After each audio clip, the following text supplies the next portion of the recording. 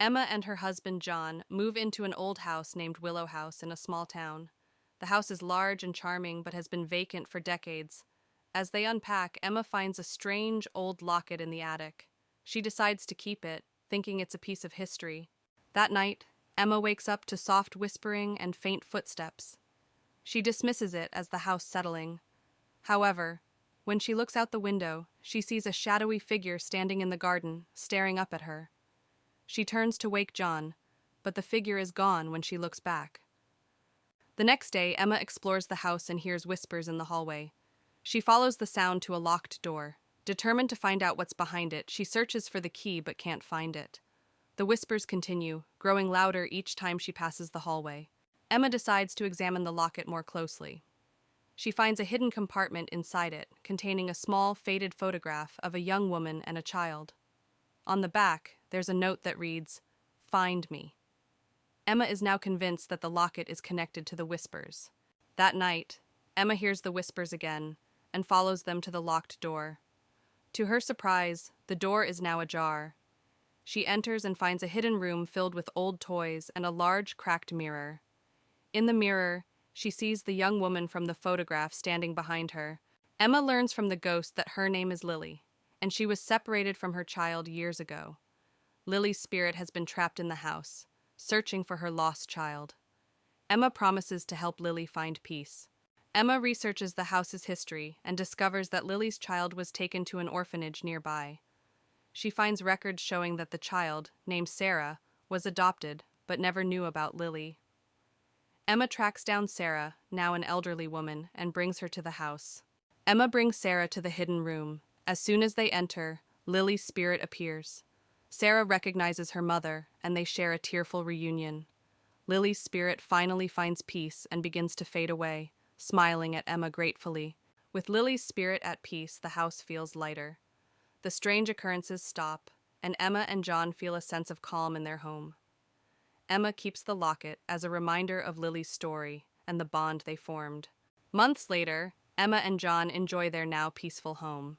They often think about Lily and Sarah and the extraordinary experience they shared. The house is no longer haunted, but the memories of the past live on.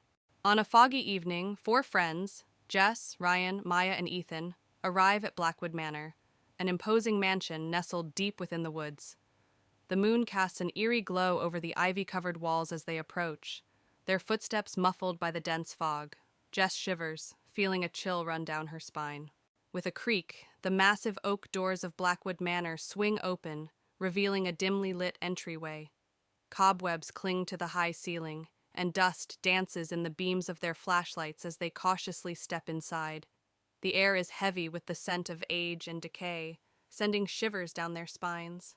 Inside the mansion, they navigate a maze of hallways, each corridor seemingly darker and more foreboding than the last. Paint peels from the walls, and the floorboards groan beneath their weight. Strange symbols etched into the wood send shivers down their spines, and they quicken their pace, eager to uncover the mansion's secrets. As they explore, they begin to hear faint whispers that seem to emanate from the very walls of the mansion. The whispers grow louder and more insistent, filling the air with an unsettling chorus. The friends exchange uneasy glances, their senses on high alert as they try to decipher the ghostly messages. Suddenly, ghostly figures materialize before them, translucent apparitions with hollow eyes and outstretched hands. The ethereal beings float through the air, their movements graceful yet unsettling. The friends watch in horror as the spirits draw closer, their presence filling the mansion with a chilling aura. With adrenaline coursing through their veins, the friends turn and flee from the mansion, their hearts pounding with terror. They race through the dark corridors, their breath ragged and their footsteps echoing off the walls. Behind them, the ghostly apparitions follow, their unearthly wails growing fainter as the friends struggle to escape. Exhausted and trembling, the friends burst through the door of the mansion, their minds reeling from the horrors they've witnessed. They collapse on the ground outside, their bodies shaking with adrenaline and fear. The moon casts a soft glow over the forest, a comforting reminder that they have escaped the clutches of Blackwood Manor. In the heart of a small rural town sits Willow Lake, shrouded in mist and surrounded by dense woods. The lake's surface reflects the moonlight, casting an eerie glow across the water. Nearby, an old abandoned cabin stands hidden among the trees, its windows boarded up and its walls covered in ivy. A group of adventurous teenagers, Tom, Sarah, Emma, and Alex, gather at the edge of Willow Lake, exchanging nervous glances. They've heard rumors of strange occurrences at the abandoned cabin and decide to spend the night there as a dare. With a mix of excitement and apprehension, they approach the cabin. The group reaches the cabin and cautiously pushes open the creaky door. Inside, the air is musty, and dust dances in the beams of their flashlights. Cobwebs adorn the corners, and the floorboards creak under their weight as they step further into the darkness. As they explore deeper into the cabin, they encounter decaying furniture and peeling wallpaper. Strange symbols are etched into the walls, and the temperature drops noticeably. A sense of unease settles over the group as they realize they are not alone in the cabin.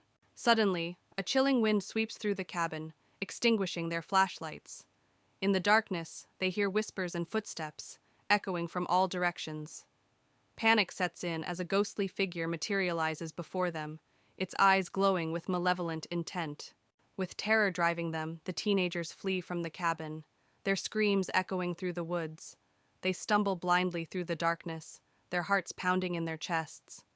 Behind them, the ghostly figure watches with a sinister grin, knowing it has claimed yet another victim. Eventually, the teenagers emerge from the woods, their bodies trembling with exhaustion and fear. They vow never to return to Willow Lake or the haunted cabin again, haunted by the memory of their terrifying encounter. But unknown to them, the ghostly figure still lurks in the shadows, waiting for its next victims. Blackwood Manor had always been a place of dark legends in the town of Ravenwood. On a foggy evening, Jack, a determined historian, arrived to uncover the truth about the mysterious disappearances linked to the mansion. He parked his car at the entrance, feeling a mixture of excitement and fear. The fog rolled in thick waves, almost swallowing the mansion whole. Jack pushed open the heavy wooden door, which creaked loudly. Inside, the mansion was dark and cold. Dust covered every surface and cobwebs hung from the ceiling. He turned on his flashlight, revealing a grand but neglected foyer. His footsteps echoed ominously as he walked down the main hallway, the air thick with a sense of abandonment. As Jack explored, he felt a sudden chill. He turned and saw a shadowy figure at the end of the hallway. It vanished as quickly as it appeared, leaving him questioning his sanity. Determined, he continued to the library, where he hoped to find records about the mansion's dark past. In the library, Jack found rows of old, dusty books. As he searched through them, he heard whispers and the sound of pages turning on their own. He discovered an old diary belonging to the mansion's original owner, Thomas Blackwood. The entry spoke of dark rituals and a curse placed on the house. Jack's exploration led him to a room filled with mirrors.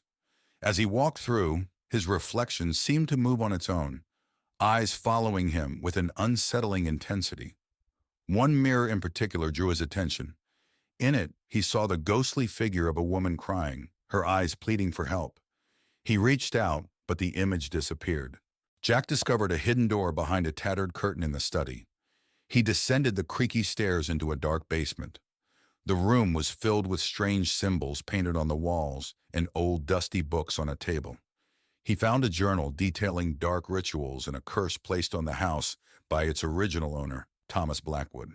As Jack read the journal, the basement grew colder. A ghostly figure of Thomas Blackwood appeared, his face twisted with rage. He pointed at Jack and screamed, "You should not have come here." The walls shook, and the air filled with a chilling wind. Jack knew he had to leave immediately. Jack bolted up the stairs, the spirit's screams echoing behind him. He raced through the mansion, the walls seeming to close in on him. He burst through the front door and into the night, gasping for breath. The house stood silent and still, but he could feel the weight of its curse pressing down on him. Back in his apartment, Jack reviewed the photos and notes he had taken. The evidence of the haunting was undeniable. He wrote his article, revealing the dark history of Blackwood Manor. As he finished, he felt a cold draft and heard Thomas's voice whisper, "You cannot escape the curse." He knew the haunting was far from over. Evelyn, Mark, Lisa, and John arrived at Crescent Grove, a forgotten village nestled deep in the forest. The sun was setting, casting eerie shadows on the abandoned buildings. The village was said to be haunted, and the four friends had come to investigate the rumors. "This place gives me the creeps," Lisa whispered, clutching Mark's arm. "Don't worry, it's just for one night," Mark reassured her. Evelyn led the group, her curiosity piqued by the mystery. "Let's find a place to set up camp." John the skeptic laughed. "Ghosts aren't real, you'll see." They found an old inn at the center of the village and decided to make it their base for the night. The building was dusty and filled with cobwebs. As they set up their sleeping bags in the main hall, strange noises echoed through the empty corridors. "Did you hear that?" Lisa asked, her voice trembling. "It's just the wind," John replied, though he didn't sound convinced. Evelyn found an old diary on a shelf. "This might tell us what happened here," she said, opening it. As Evelyn read from the diary, the friends learned about the village's dark past. The villagers had practiced forbidden rituals, summoning a malevolent spirit that eventually destroyed them. "This is creepy," Mark said, glancing around nervously. "We should leave," Lisa urged, fear in her eyes. "We need to stay and finish this," Evelyn insisted. "We have to find out if the spirit is still here." Suddenly the air grew cold and the lights flickered. A shadowy figure appeared at the end of the hall, its eyes glowing with a sinister red light. The friends froze in terror. "Run!" Mark shouted, but the figure moved faster, blocking their exit. Evelyn held up the diary like a shield. "We need to use the ritual described here to banish it." The spirit lashed out, knocking John to the ground. Lisa screamed and Mark pulled her back, trying to protect her. With trembling hands, Evelyn and Mark gathered the materials needed for the ritual described in the diary. Lisa and John tried to hold the spirit at bay, their fear palpable. "Hurry up," Lisa cried as the spirit advanced. "We're almost ready," Evelyn said, her voice shaking. "Mark, light the candles." Mark lit the candles, forming a protective circle. Evelyn began to chant the incantation from the diary, her voice growing stronger with each word. The spirit roared in fury, trying to break through the protective circle. Evelyn continued to chant, her voice now steady and commanding. The air crackled with energy as the spirit's form began to waver. "Keep going," Mark urged, holding Lisa close. John, recovering from the spirit's attack, joined in the chant. The spirit let out a deafening scream as it was forced back. With one final word, Evelyn completed the ritual. The spirit dissolved into the air, leaving a deafening silence behind. The friends collapsed to the floor, exhausted but relieved. The oppressive atmosphere lifted, replaced by a peaceful silence. "We did it," Evelyn said, her voice barely above a whisper. "Let's get out of here," Lisa urged, her eyes still wide with fear. They gathered their things and left the inn, the first light of dawn breaking over the horizon. As they walked away from Crescent Grove, they felt a sense of triumph and relief. "Let's never do this again," John said, managing a weak smile.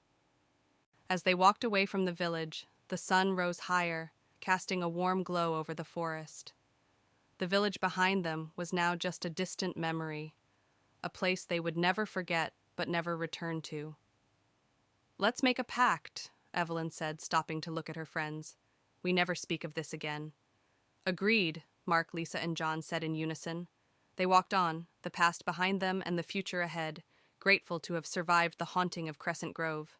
In the dim light of dusk, a group of four friends, Emily, Jack, Sarah, and Mike, arrive at the gates of the old abandoned asylum. The air is thick with an eerie silence, and the massive, decaying building looms over them like a ghost from the past. The friends push open the creaking gate and make their way through the overgrown courtyard. They reach the main door, which hangs loosely on its hinges. As they enter, the smell of mold and decay fills their nostrils, and the floorboards creak under their feet. The hallway stretches out before them, dimly lit by the last rays of the setting sun, filtering through broken windows. Faded photographs and rusted medical equipment lie scattered on the floor. Emily picks up a dusty photo, her face paling as she sees ghostly figures in the background. Suddenly, a cold breeze rushes past them, and the sound of a distant whisper echoes through the corridor. Sarah gasps and points to a shadowy figure at the end of the hall. The figure vanishes as quickly as it appeared, leaving the friends in terrified silence. They decide to explore one of the rooms. Inside, they find rusty bed frames and torn mattresses. A wheelchair sits eerily in the corner. Jack approaches an old cracked mirror and sees a reflection that isn't his own, a ghostly patient in a hospital gown. Panic sets in, and the friends decide to leave. But as they rush towards the exit, the door slams shut with a deafening bang. In their confusion, they get separated. Emily and Jack find themselves in the basement, while Sarah and Mike are trapped upstairs. In the basement, Emily and Jack discover an old operating room with rusty surgical tools. The air is thick with the smell of decay. Suddenly, the lights flicker, and they see ghostly surgeons and patients moving around them, performing eerie, silent operations. Upstairs, Sarah and Mike stumble upon the asylum's records room. Dust-covered files and photographs lie scattered. As they search for a way out, the walls begin to close in, and ghostly hands reach out from the files, grabbing at them. Through sheer determination, the friends manage to reunite in the main hallway. Desperation gives them the strength to break down the door, and they stumble out into the night, gasping for fresh air. The asylum remains silent behind them, its secrets intact. Back in the safety of their homes, the friends can't shake the feeling of being watched. Each night they are haunted by nightmares of the asylum and the ghostly figures they encountered. The terror of that night remains etched in their minds forever. A car winds its way down a narrow road, flanked on both sides by dense forest. Inside, a group of friends chats excitedly, their anticipation palpable as they approach their destination, a secluded cabin deep in the heart of the Whispering Woods. As they round a bend in the road, the cabin comes into view, its weathered facade blending seamlessly with the surrounding trees. The friends step out of the car and approach the cabin, their footsteps muffled by the thick layer of pine needles covering the ground.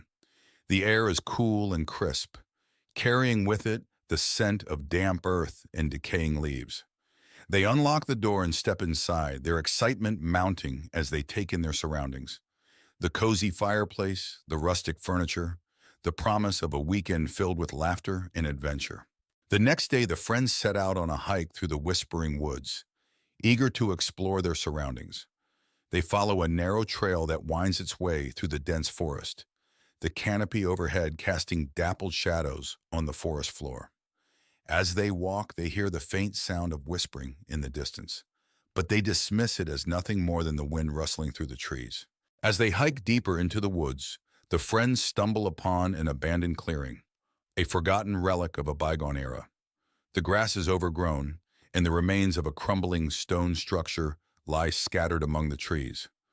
A sense of unease washes over them as they enter the clearing, the whispering growing louder with each step they take. As they explore the clearing, the friends are overcome by a sense of foreboding, the whispering growing louder and more insistent with each passing moment. They exchange nervous glances, their hearts pounding in their chests as they try to locate the source of the strange noises. But the forest remains silent, its secrets hidden beneath a shroud of darkness. Suddenly, one of the friends disappears without a trace, leaving the others panicked and confused. They call out into the darkness, their voices echoing through the trees, but there's no response. Frantic, they search the clearing, their fear mounting with each passing moment. But the forest remains silent, as if swallowing their cries for help. As night falls, the friends begin to unravel, their minds tormented by the whispers that fill the air. They argue and accuse one another, their once strong bonds strained to the breaking point. But as they spiral further into madness, they realize they must confront the darkness that lurks within the Whispering Woods if they have any hope of escaping its grasp. Armed with determination, the remaining friends set out to confront the evil that haunts the Whispering Woods once and for all. They gather in the clearing, their hearts pounding in their chests as they prepare to face their greatest fears. With a final glance at one another, they steel themselves for the battle ahead. As dawn breaks, the remaining friends emerge from the Whispering Woods, battered and bruised but alive. They exchange weary smiles, knowing that they've faced their fears and emerged stronger for it. Though the scars of their ordeal will never fully heal, they take solace in the knowledge that they've conquered the darkness that once threatened to consume them. A car rumbles down a winding road, disappearing into the dense forest.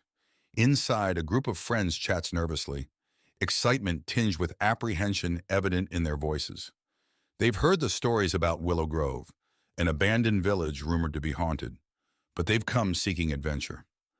As they approach the outskirts of the village, a shroud of mist descends, cloaking the world in an eerie haze. The friends step out of the car and into Willow Grove, their footsteps echoing through the empty streets. The village appears frozen in time, its buildings crumbling and overgrown with ivy. Windows are shattered, doors hang off their hinges, and the air is heavy with the scent of decay. Despite the desolation, a sense of unease settles over the group as they venture further into the heart of the village. At the edge of the village stands a grand mansion, a relic of a bygone era, its windows boarded up and its once grand facade crumbling. The friends exchange nervous glances as they approach, their curiosity outweighing their fear. With trembling hands, they push open the creaking door and step inside, their hearts pounding in their chests. As the friends explore the mansion, they feel an oppressive presence weighing down on them, a sense of malevolence that seems to seep from the very walls. They hear whispers in the darkness and catch fleeting glimpses of shadowy figures out of the corners of their eyes. Fear grips them tight as they realize they're not alone in the house. As the night wears on, the friends uncover clues about the mansion's dark past. A family torn apart by tragedy, their spirits trapped within the walls for eternity. They find old photographs and newspaper clippings, piecing together the story of the family's demise. But as they delve deeper, they awaken something sinister that has been lying dormant for years. As the night progresses, the mansion comes alive with paranormal activity. Doors slam shut on their own, objects move of their own accord, and ghostly apparitions appear in the darkness. The friends huddle together, their screams echoing through the empty halls as they realize they're trapped in a nightmare from which there's no escape. With adrenaline coursing through their veins, the friends make a final stand against the evil that haunts the mansion. Armed with makeshift weapons and fierce determination, they confront the ghostly apparitions that roam the halls, knowing that their survival depends on their ability to banish the darkness that lurks within. As dawn breaks, the paranormal activity subsides, and the mansion falls silent once more. The friends emerge from the darkness, battered and bruised but alive. They exchange weary smiles, knowing that they've faced their fears and emerged stronger for it. Though the scars of their ordeal will never fully heal, they take solace in the knowledge that they've conquered the darkness that once threatened to consume them. In the heart of Blackwood Forest, a group of friends, Jack, Sarah, Luke, and Emma, embarks on a dare to explore the forbidden woods. As they enter the forest, tall trees cast long shadows, and a sense of foreboding hangs in the air. Pushing deeper into the forest, they follow a winding path that seems to disappear into the shadows. The air grows cooler, and strange noises echo through the trees. Despite their growing unease, they press on, driven by curiosity and adrenaline. Suddenly, they stumble upon a moonlit clearing, the ground littered with decaying leaves and gnarled roots. In the center stands an ancient, dilapidated cabin, its windows shattered and its doors hanging off their hinges. The air is heavy with the stench of decay. With trepidation, they approach the cabin and cautiously step inside. The interior is shrouded in darkness, the only light coming from their flickering flashlights. Cobwebs cling to the walls and the floorboards creak ominously beneath their feet. As they explore further, they begin to hear faint whispers that seem to emanate from the walls themselves. The whispers grow louder and more insistent, filling the cabin with an otherworldly chorus that sends shivers down their spines. Suddenly, a dark shadow materializes before them, its form shifting and twisting in the dim light. It looms over them, its eyes glowing with malevolence as it reaches out with ghostly hands. Frozen with fear, they realize they have awakened something ancient and sinister. With a collective scream, the friends flee from the cabin, their hearts pounding with terror. They race through the forest, the shadows closing in around them as they run. Behind them, they can hear the echoing laughter of the darkness that lurks within Blackwood Forest. Exhausted and trembling, the friends emerge from Blackwood Forest, their minds reeling from the horrors they've witnessed. They vow never to return to the haunted woods, haunted by the shadows that lurk within its depths. It was a stormy night, the kind that forces even the bravest souls to stay indoors. Sarah sat alone in her dimly lit living room, the howling wind rattling the windows. She glanced at the clock, 11:45 p.m. Just 15 more minutes until midnight. She tried to focus on the book in her lap, but a sense of unease crept over her, making it impossible to concentrate. Suddenly, there was a loud knock at the door. Sarah's heart skipped a beat. Who could it be at this hour, in such weather? She hesitated, then slowly walked to the door, her footsteps echoing in the silence of the house. Peeking through the peephole, she saw nothing but darkness. "Hello," she called out, her voice trembling slightly. No response. She turned away, thinking it must have been the wind playing tricks on her, when the knock came again, louder this time. Determined to face her fears, she unlocked the door and opened it a crack. A blast of cold air hit her, and there on the doorstep stood a small child, drenched and shivering. The child's face was hidden beneath a dark, hooded raincoat. "Can I come in?" the child asked, voice barely audible over the storm. Sarah hesitated. Something about the child felt off, but she couldn't leave them out in the cold. "Of course," she said, stepping aside to let the child in. "What's your name?" The child didn't answer. Instead, they silently moved past her and stood in the center of the living room, water pooling around their feet. Sarah closed the door and turned to face the child, noticing that despite the soaking clothes, the child's face was eerily dry. "Where are your parents?" Sarah asked. But the child remained silent. She moved closer, intending to help remove the wet raincoat, but the child stepped back, finally lifting their head. Sarah gasped. The face beneath the hood was not that of a child, but of something far older with hollow, sunken eyes and a twisted grin. "They couldn't make it," the entity whispered, voice dripping with malice. Fear paralyzed Sarah as the creature took a step forward. She tried to scream, but no sound came out. The lights flickered and the room grew colder. Suddenly, the clock struck midnight, and with each chime, the creature grew larger and more menacing. Sarah stumbled backward, her mind racing for an escape. As the final chime echoed through the house, the creature lunged at her, its bony fingers outstretched. In a final act of desperation, Sarah grabbed the nearest object, a heavy candlestick, and swung it with all her might. The creature let out an unearthly screech and vanished into thin air, leaving Sarah alone in the dark, trembling and gasping for breath. The storm outside began to subside, and a strange calm settled over the house. Sarah looked around, her heart still pounding, but the creature was gone. She locked the door, bolted the windows, and spent the rest of the night huddled on the couch, the candlestick clutched tightly in her hands. As dawn broke, Sarah finally allowed herself to relax. She had survived the night, but she knew deep down that the creature was still out there, waiting for another stormy night. Emma, a writer in her early 30s, inherits an old manor named Blackwood Manor from her late grandmother. Hoping to find inspiration for her next novel, she moves into the house. As she steps inside, the house feels cold and unwelcoming. Dust covers the furniture, and the air is thick with the scent of old wood and decay. She feels a strange sense of foreboding, but brushes it off as nerves. On her first night, Emma struggles to sleep. The house is filled with strange noises, the creaking of floorboards, the whisper of the wind through cracks in the windows, and distant, indistinct whispers. She hears what sounds like footsteps outside her bedroom door, but when she checks, no one is there. She returns to bed, uneasy and sleep-deprived. The next day, while exploring the house, Emma finds a locked door in the basement.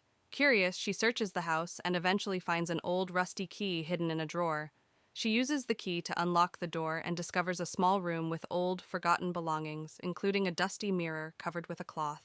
Emma removes the cloth from the mirror and, to her shock, sees the reflection of a young woman standing behind her. When she turns around, no one is there. The mirror begins to show disturbing images of past events in the house, including a girl being trapped and crying for help. Emma feels a chill run down her spine. Determined to find out more, Emma searches the house and finds an old diary hidden behind a loose brick in the fireplace. The diary belonged to her grandmother and details a tragic story of a girl named Isabella who lived in the house and mysteriously disappeared. Emma realizes the ghost she saw is Isabella, trapped in the mirror. Emma decides to perform a seance to communicate with Isabella's spirit. She sets up candles and chants words from the diary. The room grows cold, and Isabella's ghost appears, revealing that she was trapped by a dark ritual performed by Emma's grandmother. Isabella begs Emma to free her, Following Isabella's instructions, Emma gathers the items needed to break the ritual: a locket, a piece of Isabella's clothing, and a special incantation. As she performs the ritual, the house shakes violently, and a dark, malevolent spirit tries to stop her. Emma persists, chanting the incantation louder and louder. The dark spirit attacks, but Emma continues the ritual, calling out to Isabella for strength. A bright light fills the room, and the dark spirit screams before dissipating into nothingness. Isabella's spirit smiles gratefully at Emma before ascending into the light, finally freed. With the haunting over, the house feels lighter and more welcoming. Emma finishes her novel, inspired by Isabella's story. She decides to keep Blackwood Manor and transform it into a place of peace and creativity. Sitting on the porch, she feels a deep connection to the house and its history, ready for a new beginning. In the heart of the countryside, surrounded by dense, fog-laden woods, stood Blackwood Manor. The old mansion had been abandoned for decades, whispered to be cursed. The villagers spoke of eerie lights flickering in the windows and ghostly figures wandering the halls at night. A group of 5 friends, Emily, Jack, Sarah, Tom, and Lisa, decided to spend a night in Blackwood Manor to investigate the rumors. They arrived at dusk, their car crunching on the gravel driveway as they approached the looming dark structure. The friends pushed open the heavy wooden doors and stepped inside. The air was thick with dust, and the scent of decay was overwhelming. Cobwebs hung from the ceiling, and the floorboards creaked under their weight. In the library, Emily found an old journal. The pages were brittle, but she managed to read about the tragic history of Blackwood Manor.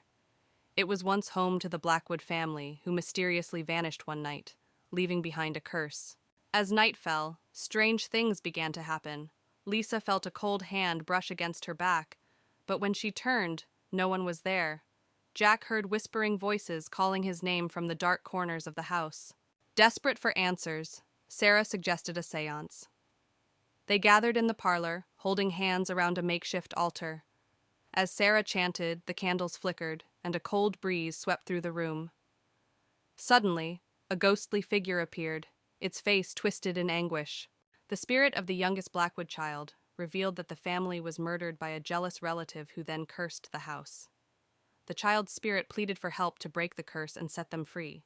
The friends searched the house for the relic mentioned by the ghost. In the attic, they found an old, ornate box containing a cursed amulet.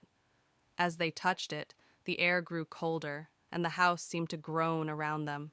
Following the ghost's instructions, they took the amulet to the family graveyard behind the mansion.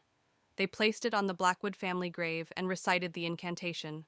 The ground trembled, and a blinding light erupted from the grave. As the light faded, the vengeful spirit of the jealous relative appeared, furious at being exposed. It attacked the friends, but they stood their ground, determined to end the curse. Emily, holding the amulet, confronted the spirit, chanting the incantation.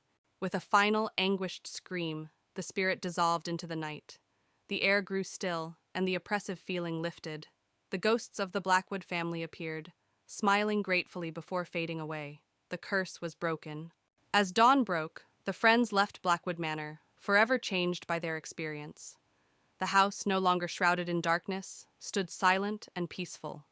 They knew they had freed the souls trapped within. In the outskirts of a small town stands an old, dilapidated house, its windows shattered and its walls covered in ivy. 4 friends, Tom, Sarah, Emily, and Alex, decide to explore the abandoned house one evening. As they approach, the moon casts eerie shadows on the broken porch. With trepidation, the friends push open the creaking front door and step into the house's foyer. The air is musty, and dust motes dance in the beams of their flashlights. As they explore further, they feel a sense of unease settle over them, as if the house itself is watching their every move. Inside the house, they encounter rooms filled with decaying furniture and peeling wallpaper. Strange symbols are etched into the walls, and the temperature drops noticeably as they explore deeper. A feeling of dread washes over the group as they realize they are not alone in the house. As they delve further into the house, they begin to hear faint whispers that seem to echo through the halls. The whispers grow louder and more insistent, filling the air with an eerie chorus that sends shivers down their spines. Shadows dance on the walls, twisting and contorting in unnatural ways. Suddenly, a ghostly figure materializes before them, a translucent apparition with hollow eyes and outstretched hands. Its ethereal form hovers in the air, its movements slow and deliberate. Frozen with fear, the friends watch as the ghostly figure drifts closer, its presence filling the house with a chilling cold. With a collective cry, the friends turn and flee from the house, their hearts pounding with terror. They race through the dark corridors, their breath ragged and their footsteps echoing off the walls. Behind them, the ghostly figure follows, its unearthly wails echoing through the empty halls. Exhausted and trembling, the friends emerge from the house, their minds reeling from the horrors they've witnessed. They vow never to speak of their night in the haunted house again, haunted by the shadows that lurk within its walls. But they know that some secrets are best left buried in the darkness. Lucy and her husband, Mark, move into an old Victorian-style house they bought at a bargain price. The house is large and filled with antique furniture. As they unpack, Lucy finds a covered portrait in the attic. She pulls off the cloth, revealing a beautiful woman with haunting eyes. She decides to hang it in the living room. That night, Lucy wakes up to strange noises, soft whispers and the sound of footsteps. She dismisses it as the house settling. When she looks at the portrait, the eyes seem to follow her. She feels a chill but convinces herself it's just her imagination. The next day, Lucy hears whispers coming from the living room. She finds Mark staring at the portrait, mesmerized. When she touches his shoulder, he snaps out of it, claiming he heard the woman in the portrait whispering his name. Lucy starts to feel uneasy about the painting. Determined to understand the painting's origins, Lucy visits the local library. She discovers that the woman in the portrait is Isabella, a former owner of the house who disappeared under mysterious circumstances. It's rumored that her spirit haunts the house. That night, the whispers grow louder, and Lucy sees a shadowy figure moving through the house. The air grows cold, and the portrait seems to come alive, the woman's expression changing to one of anger. Lucy feels a strong, malevolent presence. Lucy and Mark contact a paranormal investigator. The investigator explains that Isabella's spirit is trapped and angry. He suggests they find something that belonged to Isabella and use it to perform a ritual to release her spirit. Lucy searches the attic and finds an old diary belonging to Isabella. The diary details her life and the love she lost. It also mentions a locket that she cherished. Lucy finds the locket hidden in a secret compartment in the attic. Lucy and Mark, guided by the paranormal investigator, perform the ritual using the locket. As they chant, the house shakes, and Isabella's ghostly figure appears. She looks sad, but grateful. She reaches out, touches the locket, and then fades away. The air becomes warm and peaceful. With Isabella's spirit at rest, the house feels lighter and more welcoming. The whispers and footsteps stop. Lucy and Mark decide to stay and cherish the history of the house. They hang the locket in a special place to remember Isabella. Months later, Lucy and Mark enjoy their peaceful home. They often think about Isabella and the extraordinary events that brought them closer together. The house is no longer haunted, but the memories of the past live on in a peaceful way. In the outskirts of town lies an abandoned asylum, its once imposing structure now dilapidated and haunting. 4 friends, Tom, Lisa, Ben, and Emily, arrive at the asylum, drawn by its eerie reputation. They stand before the decrepit building, its windows broken and its facade crumbling. Inside the asylum, the air is thick with dust and decay, and the walls are lined with peeling paint. The friends navigate the dark hallways, their footsteps echoing off the walls. Strange whispers seem to fill the air, sending shivers down their spines. As they explore further, they stumble upon an operating room, its equipment rusted and covered in cobwebs. The air is thick with the scent of antiseptic, and the faint sound of footsteps echoes through the room. The friends feel as though they are being watched, and a sense of dread washes over them. Suddenly, ghostly figures materialize before them, translucent apparitions with hollow eyes and outstretched hands. The spirits float through the air, their movements graceful yet unsettling. The friends watch in horror as the ghosts draw closer, their presence filling the room with a chilling aura. With adrenaline coursing through their veins, the friends turn and flee from the asylum, their hearts pounding with terror. They race through the dark corridors, their breath ragged and their footsteps echoing off the walls. Behind them, the ghostly apparitions follow, their unearthly wails growing fainter as the friends struggle to escape. Exhausted and trembling, the friends emerge from the asylum, their minds reeling from the horrors they've witnessed. They collapse on the ground outside, their bodies shaking with adrenaline and fear. The moon hangs low in the sky, casting a soft glow over the abandoned building, a reminder of the darkness they have escaped. Emily, Jake, and Sarah arrived at Blackwood Manor, an ancient, crumbling estate shrouded in mist. The manor had been abandoned for decades, and stories of its haunting were legendary. They were there to document the paranormal activity for their online show. "This place is seriously creepy," Sarah said, shivering as she stepped out of the car. "That's the point," Jake replied, setting up his camera. "The spookier, the better." Emily led the way up the overgrown path to the front door, her excitement mixed with unease. "Let's get inside and start setting up." Inside the manor, the air was thick with dust and the smell of decay. The grand hall was filled with old furniture, draped in white sheets. As they explored, they found evidence of the past: old portraits, tattered books, and broken artifacts. "Look at this," Sarah said, picking up an old locket. "It must have belonged to someone important." Jake filmed everything, capturing the unsettling atmosphere. "This is going to be great footage." Emily found an old diary on a dusty table. "This might tell us what happened here." Emily read aloud from the diary, which detailed the tragic story of the Blackwood family. They had practiced dark rituals, summoning spirits that ultimately led to their downfall. The diary ended abruptly, hinting at a terrible event. "This is so creepy," Sarah said, looking around nervously. "We need to document everything," Jake insisted. "This is gold." As Emily closed the diary, a sudden chill filled the room. The lights flickered, and they heard a distant whisper. "Did you hear that?" Emily asked, her voice shaking. A shadow moved across the hall, catching their attention. They followed it to a room at the end of the corridor. Inside, the temperature dropped dramatically, and they saw a figure standing by the window. "Who's there?" Jake called out, but there was no response. The figure turned slowly, revealing a face twisted with pain and anger. It lunged at them, and they ran, slamming the door behind them. "We need to get out of here," Sarah screamed. "Not yet," Emily said, her fear giving way to determination. "We have to finish what we started." Emily found instructions for a banishment ritual in the diary. They gathered candles, chalk, and other items needed for the ritual.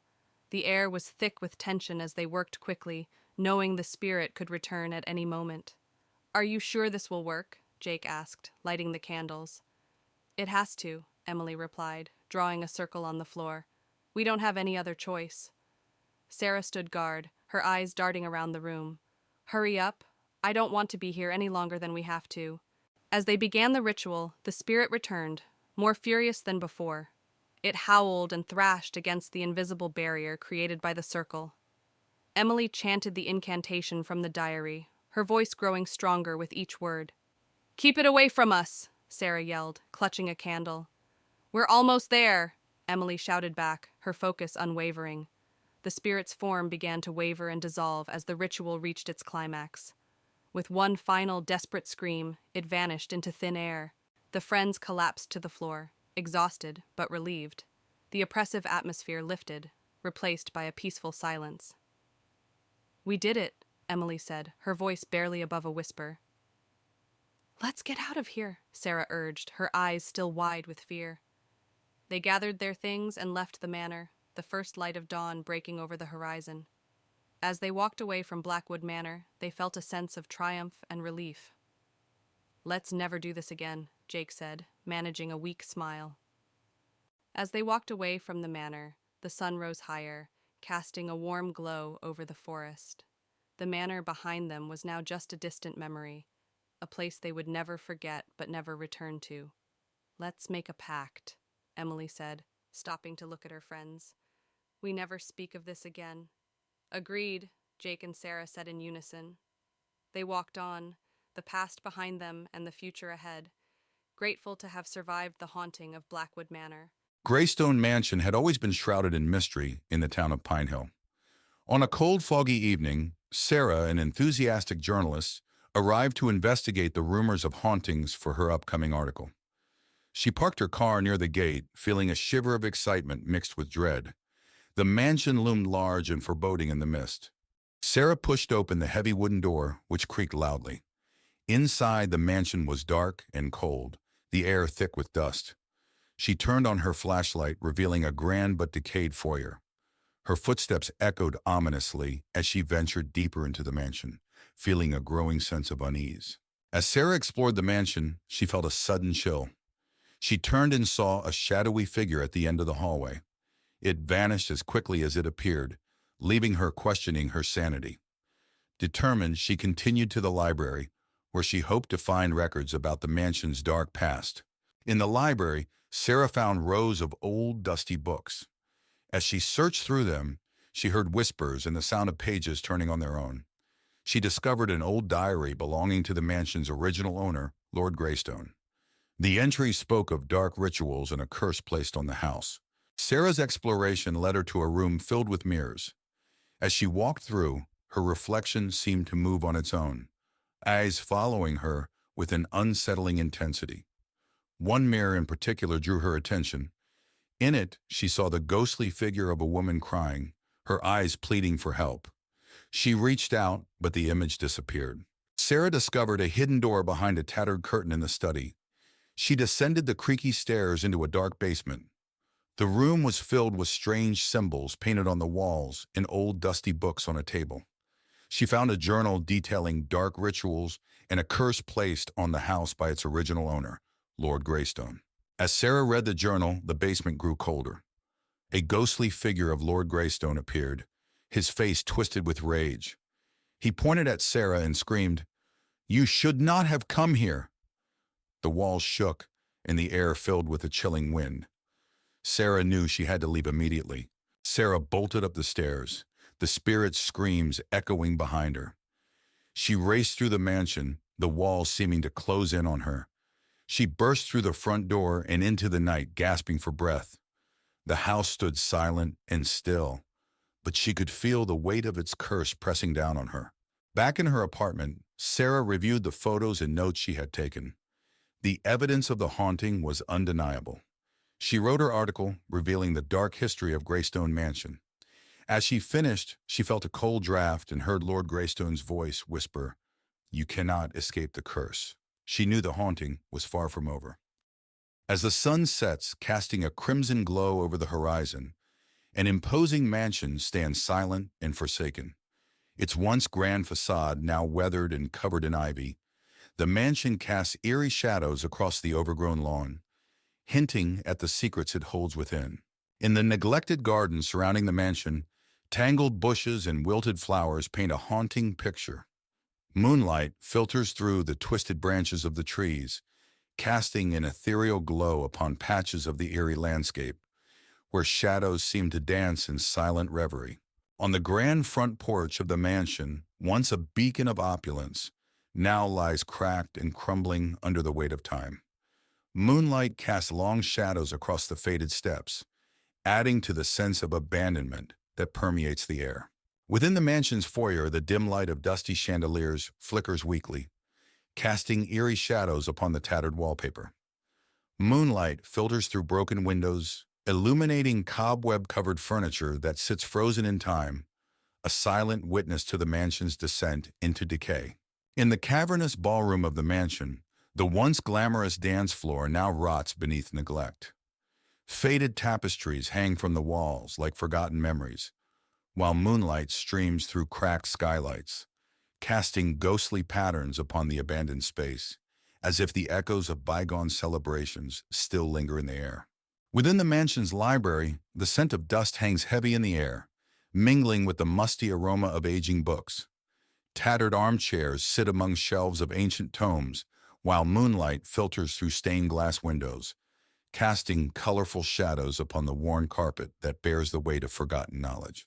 In the dilapidated dining hall of the mansion, a long table lies buried beneath layers of cobwebs and neglect. Overturned chairs litter the floor, while moonlight streams through broken windows, casting an ethereal glow upon the decaying scene, where echoes of feasts long past still resonate in the silent air. Within the mansion's study, Dusty bookshelves groan under the weight of forgotten knowledge, while forgotten artifacts gather dust in every corner. Moonlight filters weakly through dusty windows, casting long shadows upon the stacks of papers and abandoned furniture that clutter the room, where the ghosts of scholarly pursuits still linger in the darkness. In a desolate bedroom of the mansion, the once grand bed frame now sags under the weight of time, its faded curtains hanging limply from rusted rods.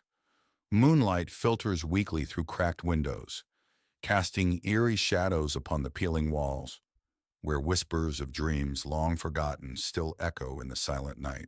As dawn breaks over this mansion's overgrown backyard, the soft light of morning bathes the decaying structures in an ethereal glow. Mist rises from the damp earth, shrouding the forgotten corners of the estate in a veil of mystery, where the spirits of the past find solace in the dawn of a new day.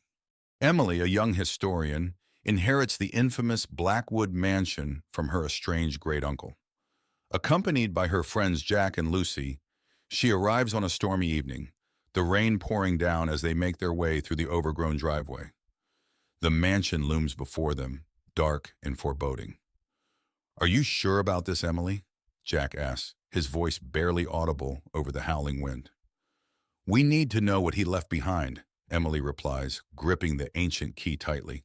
Inside, the mansion is a maze of dusty rooms and forgotten relics. The grand staircase is adorned with cobwebs, and the air smells of mildew and decay. They split up to explore, flashlights casting eerie shadows on the walls. "This place is a historian's dream," Emily says, opening an old book. Lucy shivers. "More like a nightmare."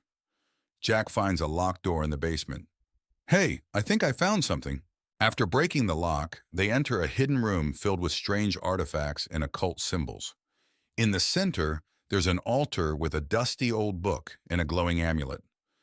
"This must be where he performed his rituals," Jack says, examining the symbols. Emily picks up the amulet. "Look at this. It's beautiful." Lucy steps back uneasy.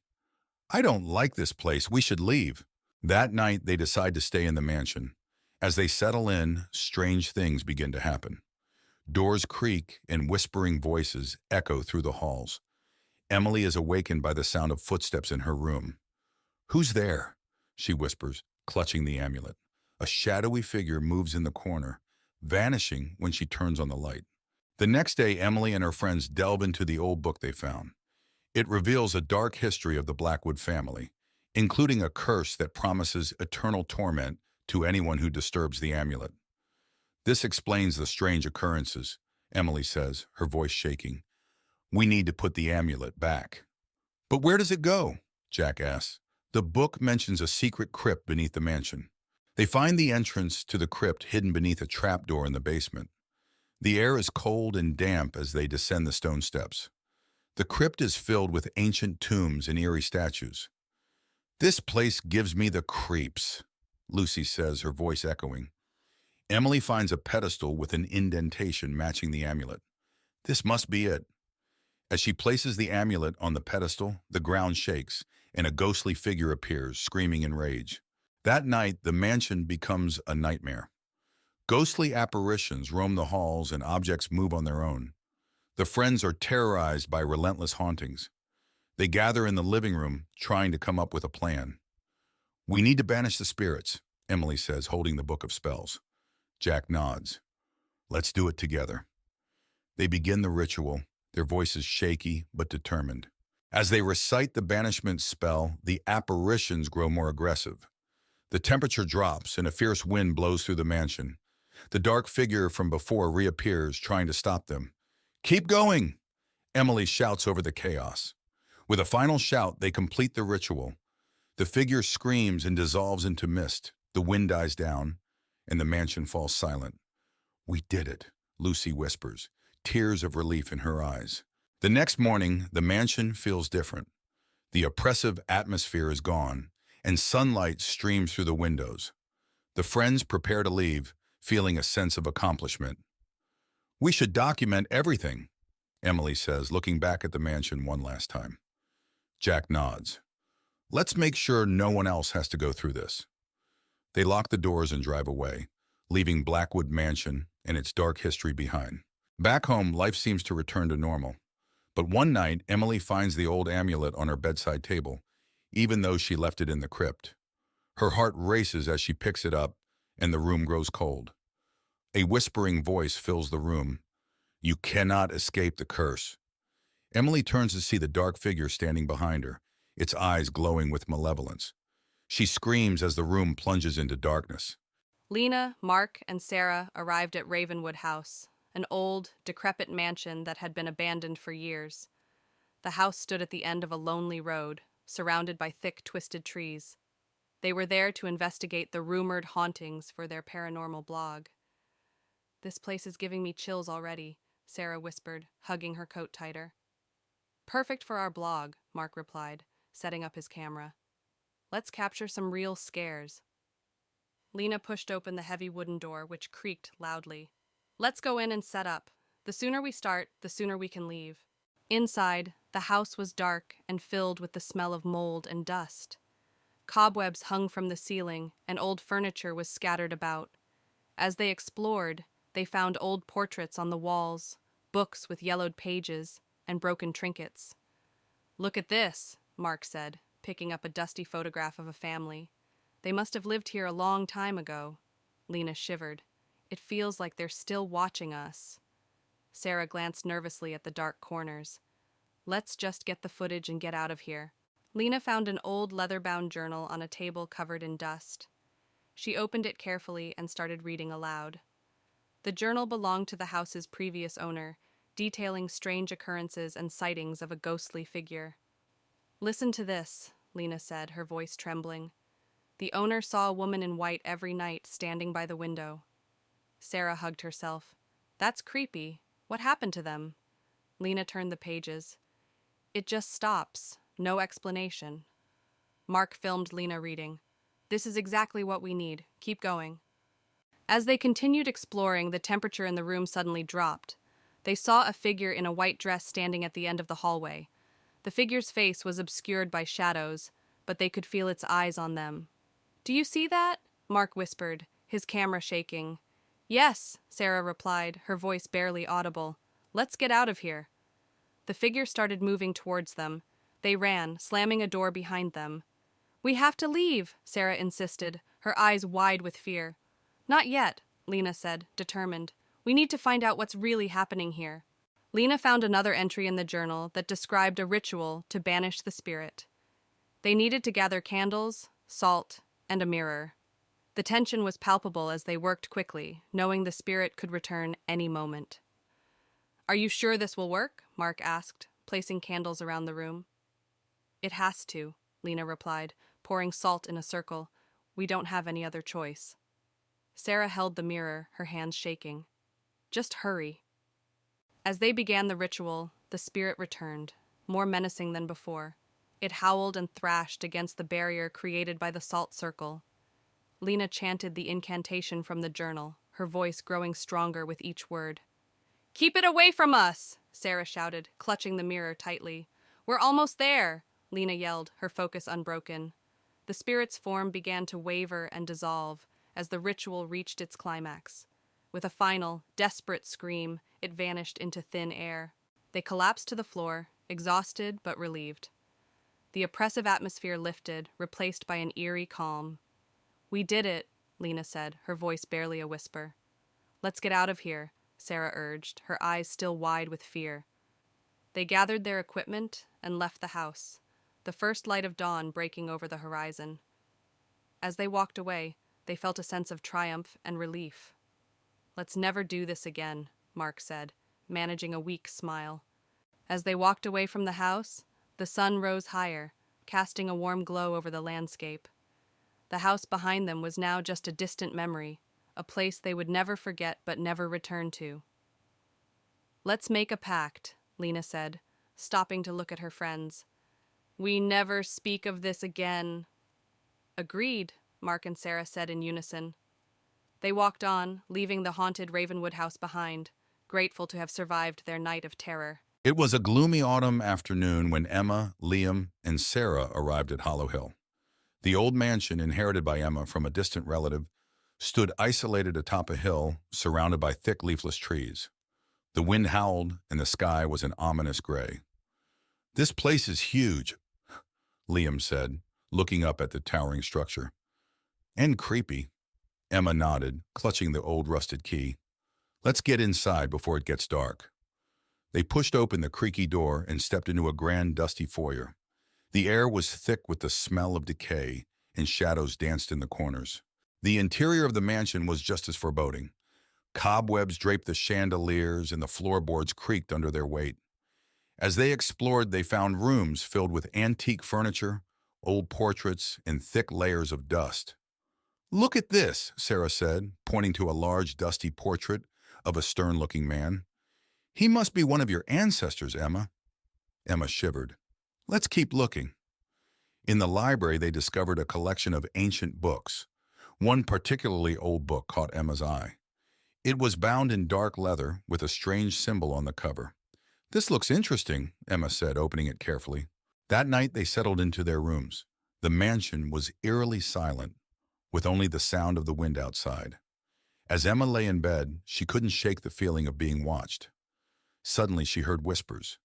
Sitting up, she saw a shadow move across the room. "Who's there?" she called out. But there was no response. Terrified, she ran to Liam's room. "Liam, I saw something." Liam rubbed his eyes. "It was probably just your imagination. This place is spooky." But Emma knew what she saw. Something was not right in Hollow Hill. The next day, Emma and her friends decided to investigate the history of the mansion. In the library, they found an old journal belonging to the man in the portrait, Sir Edward Holloway. "Listen to this," Emma said, reading aloud. "He writes about strange rituals and dark magic." Sarah's eyes widened. That explains the creepy vibes. As they continued reading, they discovered that Sir Edward had conducted forbidden experiments, trying to unlock the secrets of immortality. Many people had gone missing in the area during his time. "This is bad," Liam said. "We need to be careful." While exploring the basement, they stumbled upon a hidden door behind a stack of old crates. Inside, they found a secret laboratory filled with strange equipment and jars containing bizarre specimens. "This must be where Sir Edward conducted his experiments," Liam said, examining the equipment. On a table, they found an old diary. As Emma read it, she discovered detailed accounts of the rituals and experiments Sir Edward had performed. "He was trying to summon something," Emma said, her voice trembling. "Something evil." Suddenly, the air grew cold, and they heard a low, guttural growl.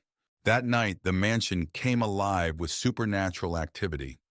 Doors slammed shut, lights flickered, and ghostly figures appeared in the hallways.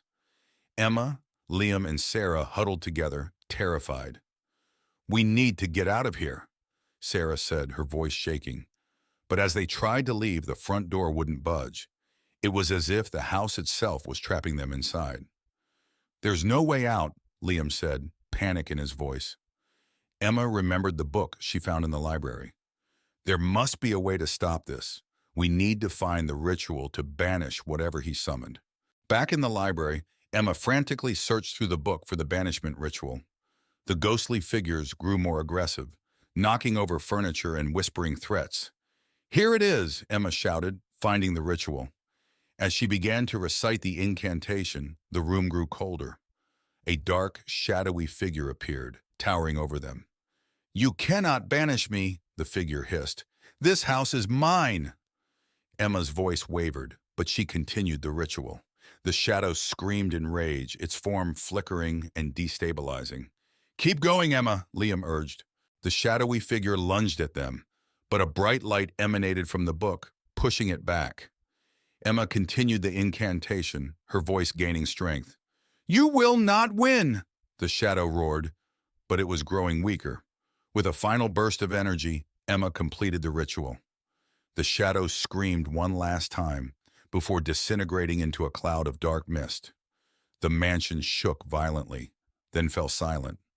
The oppressive atmosphere lifted, and the ghostly figures vanished. "We did it," Sarah said, tears of relief in her eyes. But Emma knew it wasn't over. The house had secrets yet to reveal. In the days that followed, the mansion remained quiet. Emma and her friends cleaned up and prepared to leave. But as they packed, they couldn't shake the feeling of being watched. "We should go," Liam said. "This place is too dangerous." Emma nodded. "Let's leave this nightmare behind." They locked the mansion and drove away, vowing never to return. But as they looked back, they saw a figure in the window watching them leave. "Did you see that?" Sarah whispered. "Just keep driving," Emma said, gripping the wheel tightly. "We're never coming back." Back in their hometown, life slowly returned to normal. But Emma couldn't forget what happened. One night she found the old book on her bedside table, even though she had left it at the mansion. Her heart raced as she opened it. The pages had changed, now filled with new, ominous entries. "Welcome back," a voice whispered behind her. Emma spun around to see the shadowy figure from the mansion, its eyes glowing with malevolence. "You can never escape Hollow Hill," it said, reaching out for her. Emma screamed, the room plunging into darkness. Maya received an old handwritten letter inviting her to Ravenwood Manor, a house she had never heard of. The letter was signed by her late grandmother, whom she had never met. Intrigued and seeking answers about her family's past, she decided to visit the manor. As she arrived, the sky was overcast, and the manor stood tall and imposing against the gloomy backdrop. Maya pushed open the heavy front door, which creaked loudly in protest. The air inside was stale, and the grand entrance hall was shrouded in shadows. Dust covered every surface, and cobwebs hung from the corners. As she stepped inside, the door slammed shut behind her, making her jump. Maya found her way to the dining room, where a long table was set as if for a grand feast, though everything was covered in dust. Tall candles stood unlit, and an old chandelier hung from the ceiling. Suddenly, she heard a faint whispering, and the temperature in the room dropped noticeably. In the hallway, Maya stopped in front of a large portrait of a stern-looking woman. The plaque read, "Eliza Ravenwood, 1887. The woman's eyes seemed to follow Maya as she moved. She felt a sudden chill and a sense of being watched. A cold breeze brushed past her, causing her to shiver. Exploring further, Maya discovered a hidden passage behind a bookshelf in the library. She pushed the shelf aside and found a narrow staircase leading down into darkness. Taking a deep breath, she descended the stairs, her flashlight flickering. The air grew colder with each step. The basement was cold and damp, with strange symbols painted on the walls. An altar stood in the center, surrounded by melted candles and old, tattered books. As Maya approached the altar, she felt an overwhelming sense of dread. The symbols seemed to glow faintly, and she heard distant, echoing whispers. Maya's flashlight flickered and died, plunging her into darkness. The whispers grew louder, and she felt a cold hand brush against her arm. Panic set in as she fumbled for her flashlight. When it flickered back on, she saw the ghostly figure of Eliza Ravenwood standing before her, eyes filled with malice.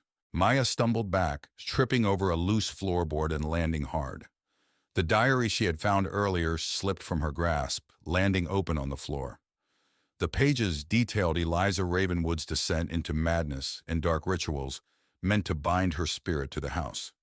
Maya realized that Eliza's spirit was trying to protect a dark secret hidden within the manor. Determined to escape, Maya grabbed the diary and ran up the stairs. The house seemed to come alive, with doors slamming and shadows darting around her. She burst through the front door into the stormy night, her heart pounding. As she reached her car, she looked back at the manor and saw Eliza's ghostly figure watching her from an upstairs window. Anna and her husband, Tom, arrive at Blackwood Manor, an old mansion they inherited from Anna's late uncle. The house is grand, but has been abandoned for years. As they explore, Anna finds a dusty old journal in the study. Curious, she decides to read it later.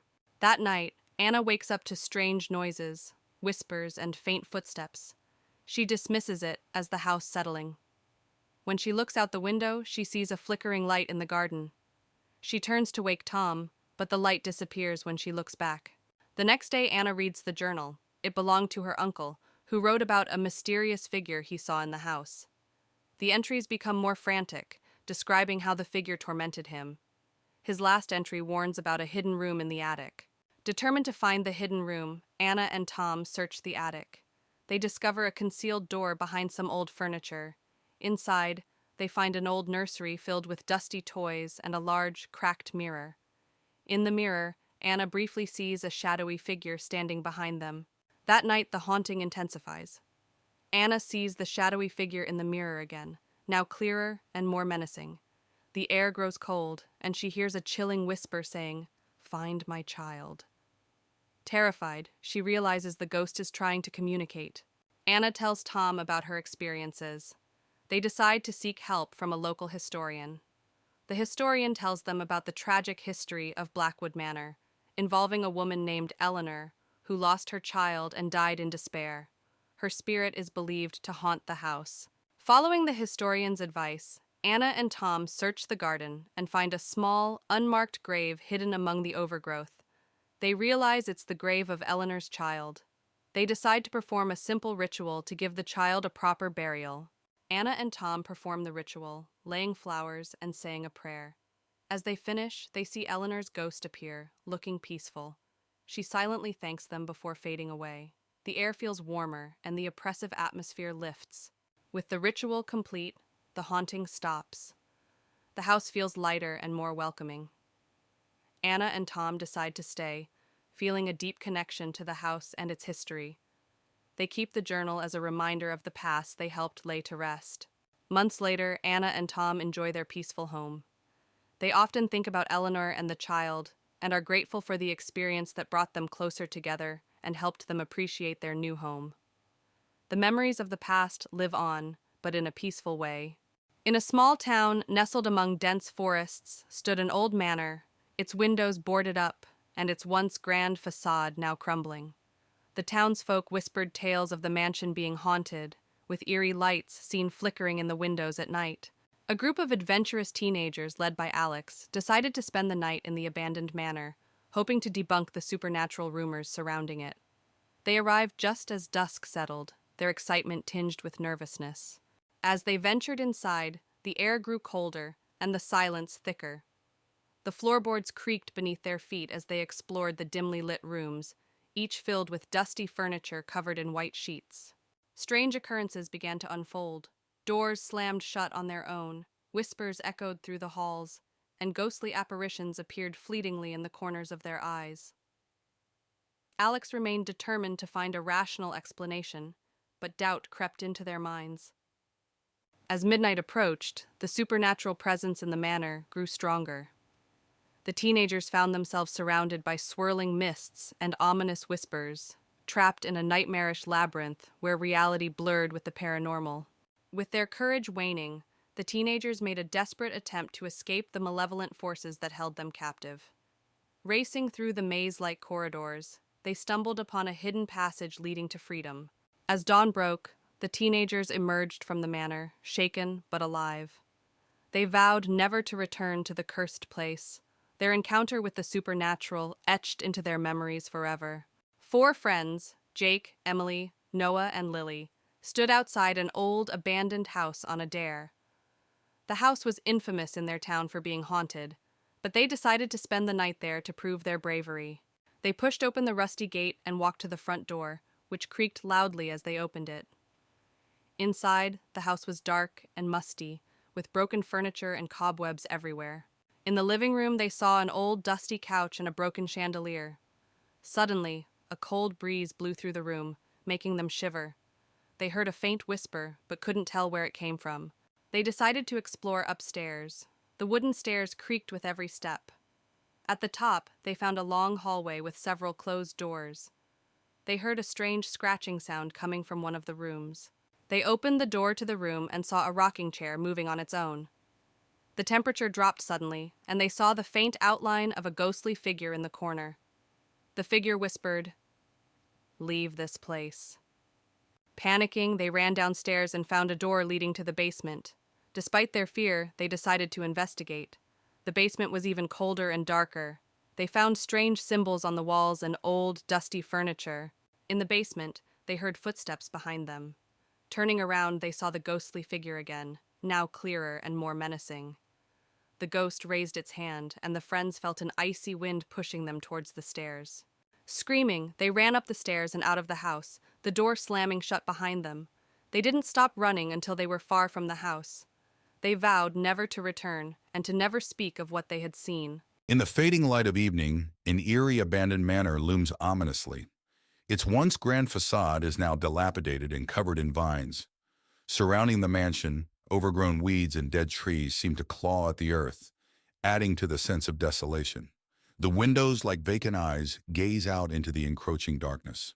Within the manor's garden, nature has reclaimed its territory. Overgrown plants and twisted branches create a labyrinth of shadows. Moonlight struggles to penetrate the dense foliage, casting eerie shadows that seem to writhe and twist upon the cracked stone pathways. The entrance to the manor, once grand and imposing, now stands in ruins.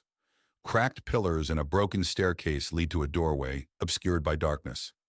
Moonlight filters through the gaps, illuminating the dust particles that hang heavy in the stagnant air. Inside the manor, the foyer is shrouded in darkness, illuminated only by flickering candlelight. Eerie shadows dance on the peeling wallpaper, while dusty cobwebs hang from the ornate chandelier overhead. The air is thick with the scent of decay, as if the very walls are exhaling the secrets they hold. In the dining room, a long table sits abandoned, covered in a thick layer of dust and cobwebs. Moonlight filters through broken windows, casting eerie patterns on the decaying floorboards, as if the ghosts of past feasts still linger in the shadows. Within the library, dusty shelves groan under the weight of forgotten knowledge. Books with cracked and faded spines line the walls, their pages yellowed with age. Moonlight streams through stained glass windows, casting colorful shadows on the threadbare carpet, as if the spirits of literature themselves haunt the halls. In the bedroom, the bed frame sags under the weight of neglect, its once luxurious bedding now tattered and torn. Moonlight filters through broken windows, casting eerie shadows on the peeling wallpaper, as if the room itself is trapped in a nightmare.